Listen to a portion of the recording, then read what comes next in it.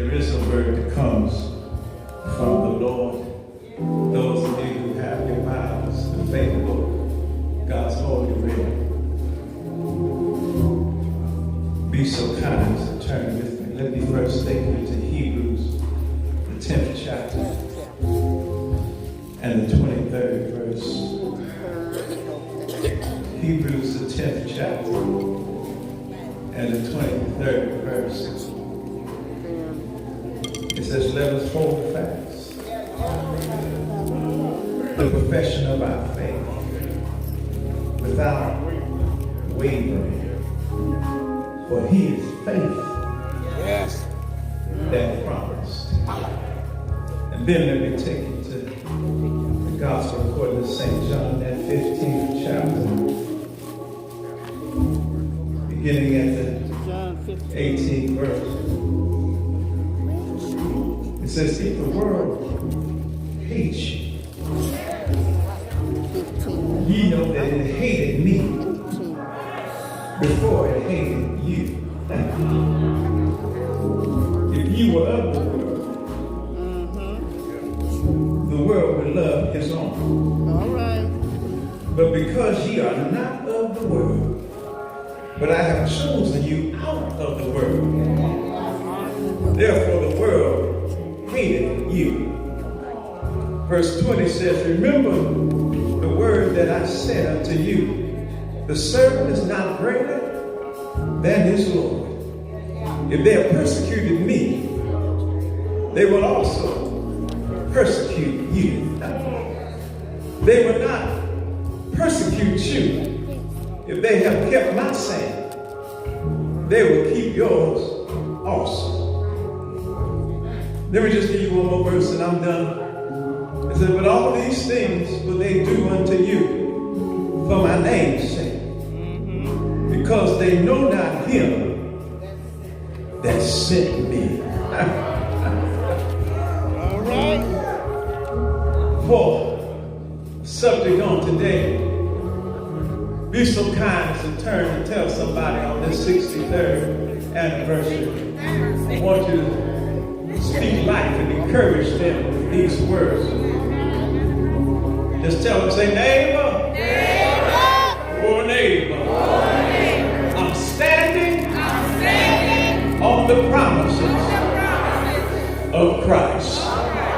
Now talk to them like they know what you're talking about. Say, neighbor, oh neighbor, after all the hell that I've been through, I'm standing on the promises of Christ. God bless you. God bless you.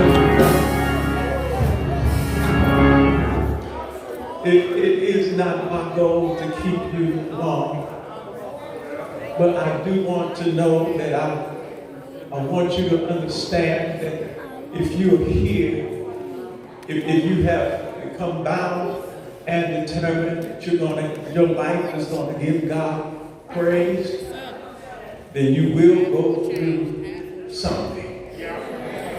If people lie on you, mistreat you, talk about you, I want you to know it's because you're standing on the promises of Christ. I want you to know that folk who loved you yesterday will hate you today. Folk who declared that they were your ride or die. Lord have mercy. Something to die. And it's stinking up in here. But I need you to understand that if God is for you, that means the world is going to be against you. But don't worry, because God is faithful to his word. Anything God starts, he knows how to finish. Help me, Holy Ghost. Here is Jesus. And this 15th chapter talks about four things. And we only got time to really just deal with one of them. And Hebrews puts a stamp on it when it comes to talk about, hold fast to the profession of your faith. He talks about fruit. In John 15, he talks about love. The first few verses deal with fruit. Then the middle verses deal with love. And then the verses I just read to you deal with hate. And then the last couple of verses deal with the comfort. Fruit, love, hate, and the comfort. Good God. From side. You do know this. Good fruit, bad fruit. You do know that you can love grapes, but if you eat a bad grape, and if you start off with a bad grape, you might not want no more after that grape. I need you to understand that some apples are good apples, some apples are bad apples. Don't let it get rotten on you. I don't care what kind it is, but once it done got rotten, you don't want nothing to do with that apple. When we start talking about love, I want you to know love knows no bounds. And oftentimes the problem is we don't know what love really is. Love ain't even. Love ain't 50-50. Love ain't you do for me, I do for you. That ain't love. That's a business relationship. But when you talk about real love, there's times you're going to be giving out. They ain't going to be getting nothing in return. But love keeps on doing what it does. Good God from Zion. I wish I had time to talk about that, but I do want to talk about hatred. And notice what he's saying when he starts talking about hatred. He's telling his disciples, I'm going to leave you, but don't you leave. Christ telling his disciples, I'm going to leave you, but don't you leave the work. Yes, I really want you that to kind of settle in. And I'm bold enough to say, in the midst of a pandemic, for a year, we've been in this pandemic. And I'm just that bold to talk about some things that happened during the pandemic. Some of you don't think I'm talking about you. But I'm just talking about what I'm talking about. When the pandemic first started, the church emptied out. And that's all right. Because God kept a few of us around. Yes, he did. To remain faithful. Even in the worst of times. Yes, he did. Yes, he did. Have you ever had to prune a tree? Prune a tree means some stuff got to get cut off. So when the tree grows back, it grows back stronger than when you started pruning. Have mercy. Boy, let me just talk about what I'm talking about. See, some folk God will set aside to protect them. Sometimes some folk God will set aside to hold them. And some stuff God cut off. Just get rid of it. Because it was hurting and not helping. Let's go to work. Because that begs for us to also disseminate with those who have been left here. Just because you came, it does not mean that you're some of God's best saints. I know you wasn't ready for that. But God chose to let you endure through some stuff. Because God had to work some stuff out of you.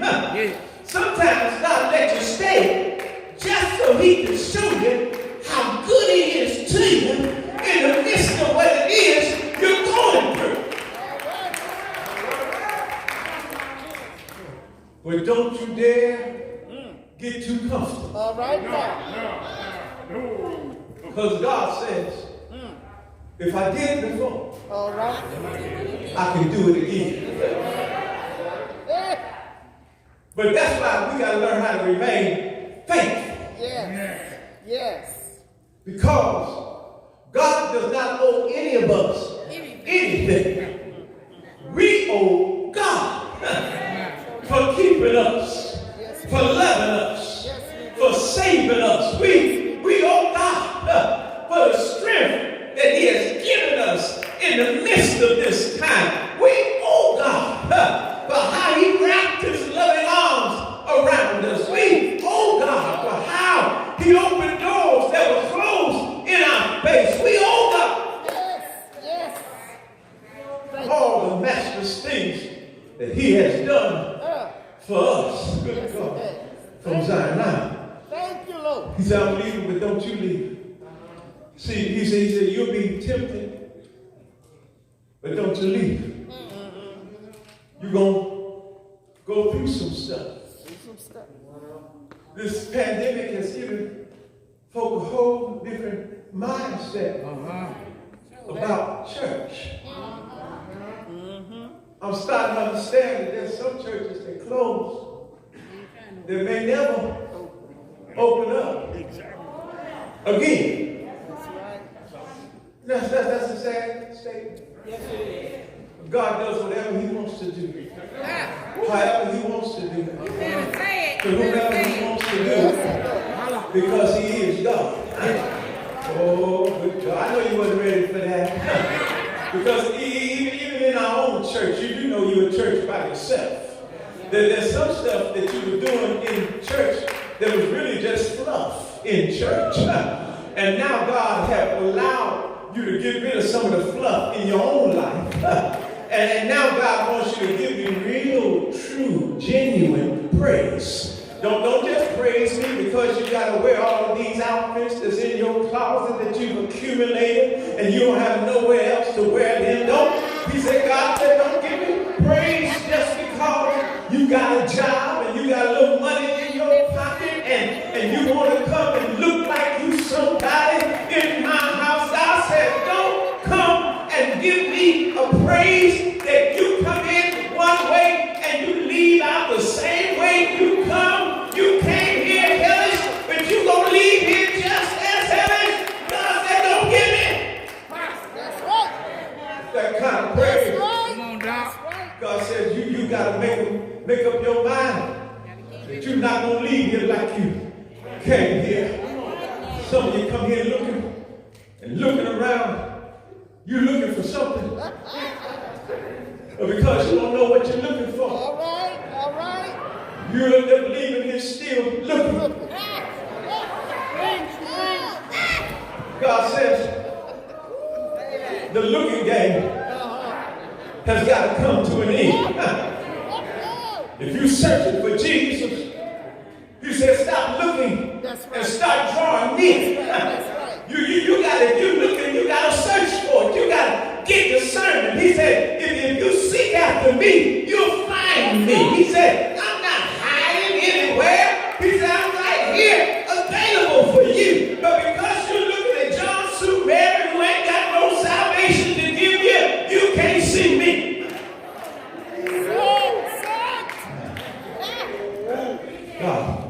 God said, you got to get your mind made up. You got to get things hooked up right. Yes. You know, some of us in here talking about, well, I'm going to really serve God when I stop drinking. I'm going to really serve God when I retire. I'm going to really give God the best service that I have after I get through with a couple of these women. I settle down. I'm just one woman. God said, you ain't going to never get it right. You ain't going to never get yourself straight. straighten out. You can't do it without me. You need me from the beginning to the end, from the top to the bottom. I'm the only one that can straighten out your mess. I'm the only one that can make right your job.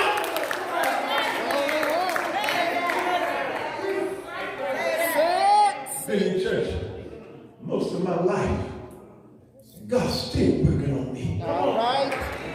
Every time you clean up this mess, I found out I got another mess going on. I'm not all I should be. But every day I thank God I'm not what I used to be.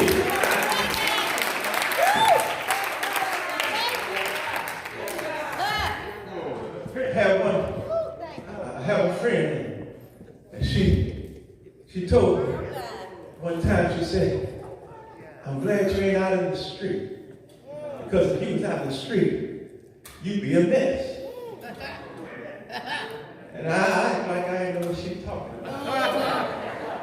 But the more I think about it, the more I live through it, I realize that I really can be a mess. And then I start thanking God even more for saving me, for bringing me out of some stuff, for changing my mind about some stuff, teaching me how to love some stuff I used to hate, and now hate some stuff I used to love, and realize I can make it without some stuff I used to think I had to have all the time. And I now understand, as long as I got King Jesus,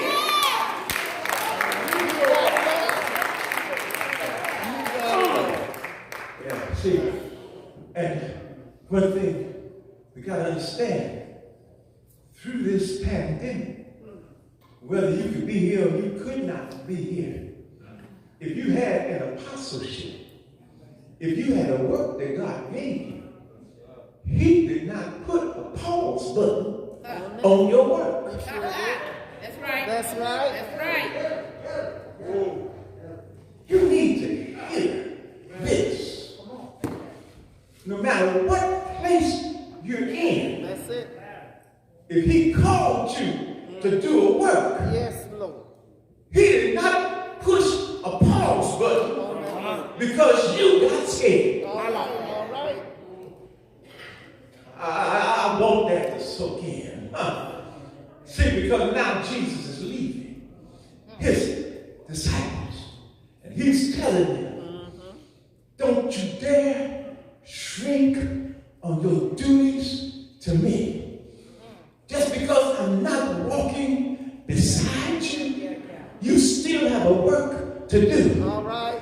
And some of us have gotten so lackadaisical over at Bedside Baptist, we become so comfortable over at Chappelle's House of Prayer that now we don't know how to give God worship, how to give God praise. We don't know how to be a representative of Him outside of these four walls. And I want you to know you got a work to do. Whether you do it with your family, whether you do it on your job, whether you do it at the store, you got a work to do.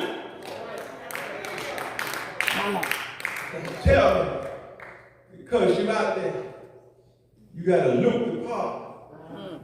You got to look like you're a thug, so they won't rob you. You got to look like you're mean and mad at everybody, so won't nobody come after you.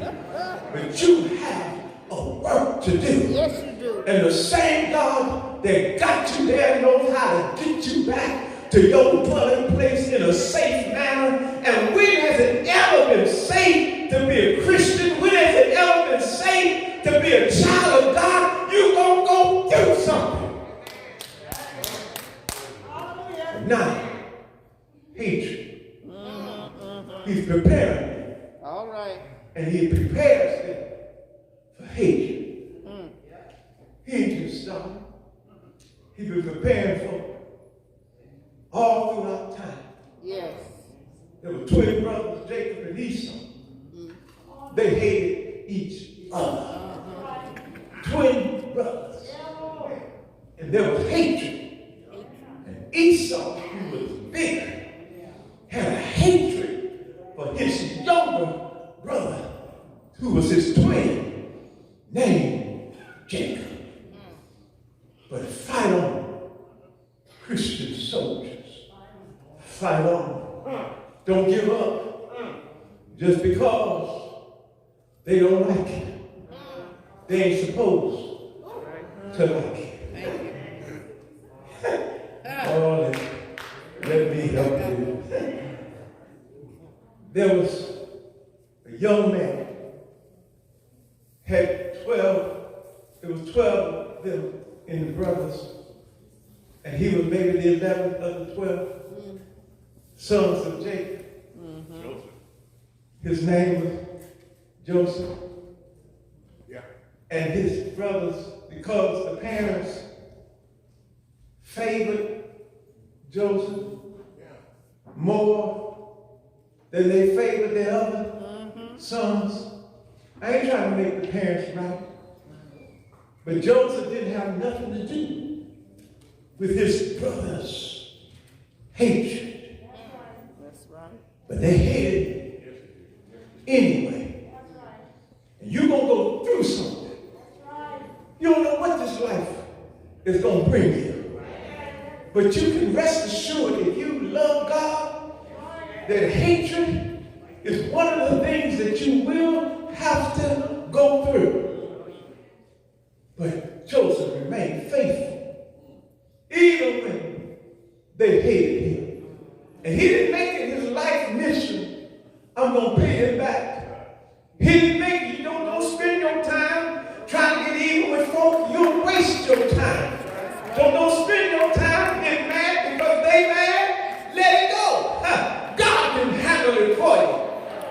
God turned that situation upside down.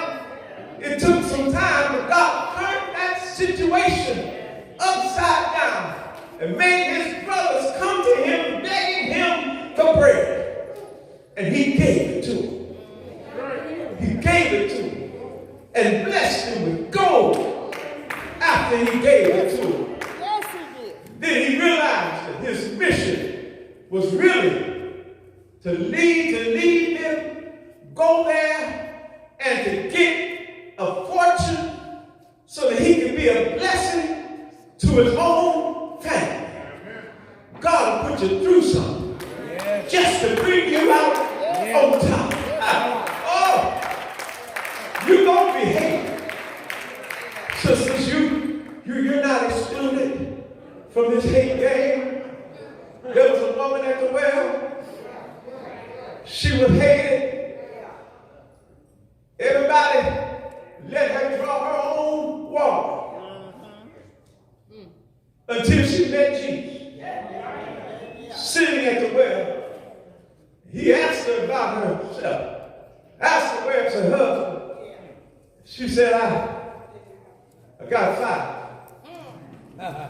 And even the one I got now ain't mine. You're going to be hated. Everybody in here got a past. Yeah, you got a past. Yeah, you got a past. Yeah, you got a past too. But I thank God I'm not living in my past. I'm living for my future. God got a day set. Yes, he does. And even when what you're doing is well, even when you're doing good works, you're still going to be hated. There was a woman who had the alabaster box. She was hated because she walked into an all-boys club where Jesus was. And sometimes Jesus will let you go through some places just to see if you'll be faithful. No matter what place you got to go through. He went through where the leaders and rulers were. Sat down at the table. And she came in, didn't care who she had to pass to get to where Jesus is. I hope you hear that today. Because sometimes you look around and you think everybody in here is better than you. Keep on anyhow. Because God said, I got a blessing for you. Just for you. And it looked like everybody else could pay for her alabaster box. And she the only one where that was all that she had. But she brought it anyway. And then when it was all she had, she still took her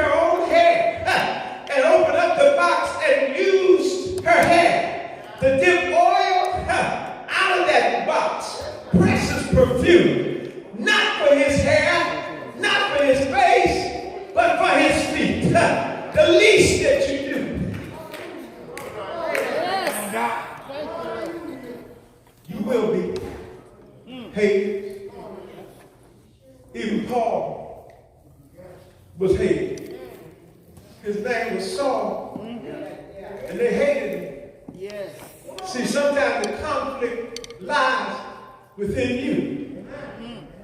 He was hated by everybody around him because he was pursuing after Christians. Some of you are here today, you'll live a testimony. You promised God when you got grown, you wasn't coming nowhere near the church. He don't bother you, you wasn't going to bother him. But just in the nick of time, All right. God looked past Yes, he did. your faults and saw your needs. And God turned your life around on a dime. In a moment, in an instant, God changed you, rearranged you, and now you look back and you're not the same. But even more so. Yeah. There was a man named Jesus. All right. He was one with his Father. They were reigned together. But one day, the Father said, "Son, I need you to go down and pay sin's debt. I need you to step out of glory, to pull off your robe of majesty, because I need you to redeem man back to me. I need you to see the best in them, even though right now all they're showing me is the worst in them. Jesus came down here, humble, suffered and died, but while he was suffering, they beat him till flesh fell from his bone. Jesus, he suffered till all of the priests were yelling, "Crucify him." Jesus, while man backed away from him, he was despised and rejected, a man of sorrows, acquainted with our grief. But Jesus kept on dying. Jesus kept on his way up that old rugged cross. Jesus said, "I'm standing on the promises of my Father." My Father said, when it's over, I'll sit at his right hand with power. And I don't do this because I love man, but I do this because I love my Father. But I want you to know you can love even the worst of both, even at the worst of times.